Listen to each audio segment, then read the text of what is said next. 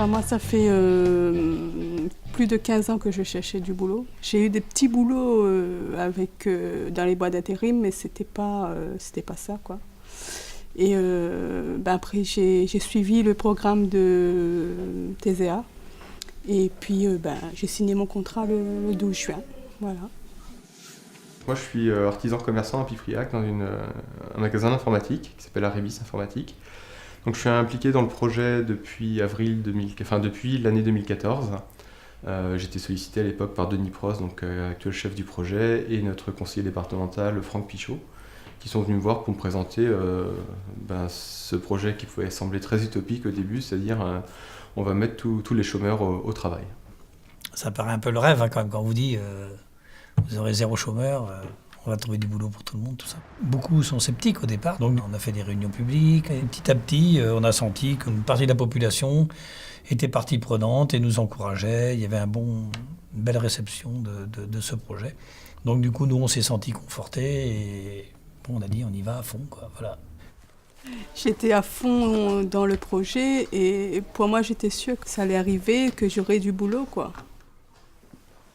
Il y avait aussi la méfiance entre les chômeurs et les employeurs. Les premières réunions, on se connaissait pas, personne ne se connaissait, hein, du coup. Pour moi, une bonne partie des chômeurs étaient des gens qui se contentaient du système en fait et qui s'y plaisaient.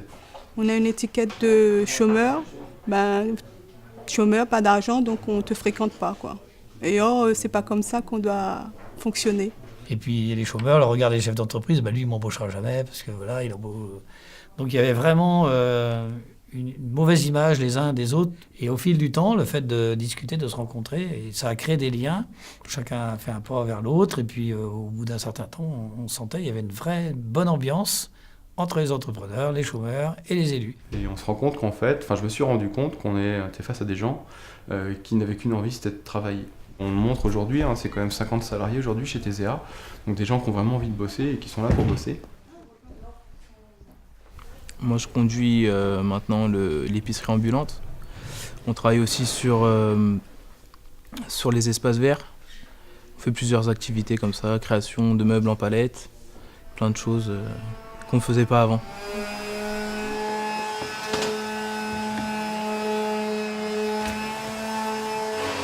Moi, ça m'a fait beaucoup, beaucoup de bien de travailler. Enfin, savoir qu'on est capable, savoir qu'on nous donne une chance, quoi, de travailler. Et à TSEA, on touche à tout. On ne fait pas que la recyclerie, on touche à tout. Donc c'est bien, pour moi c'est bien, c'est valorisant. Et puis qu'on arrête de dire que les chômeurs, l'ex-chômeuse, parce que je ne suis plus chômeuse, que je ne peux pas travailler. Parce qu'à TSEA, on touche à tout. On touche peinture, maçonnerie, on touche bois, on touche tout. Donc je peux dire avec certitude que je peux travailler. Voilà.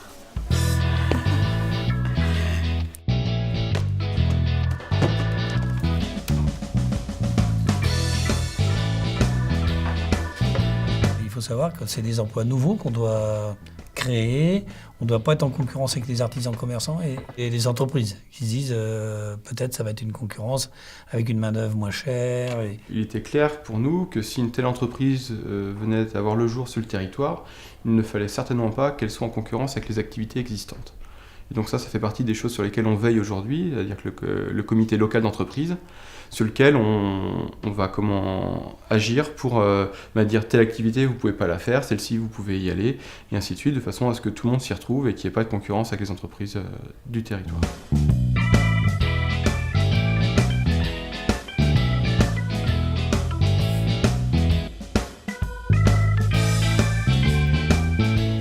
C'est à vous de payer le client pour qu'il parte avec.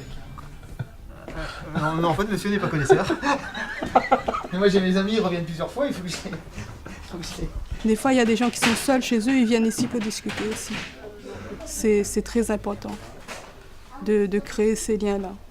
Ils ne se sentent pas exclus, voilà. On discute, on parle, et voilà. Les gens, ils viennent aussi pour ça.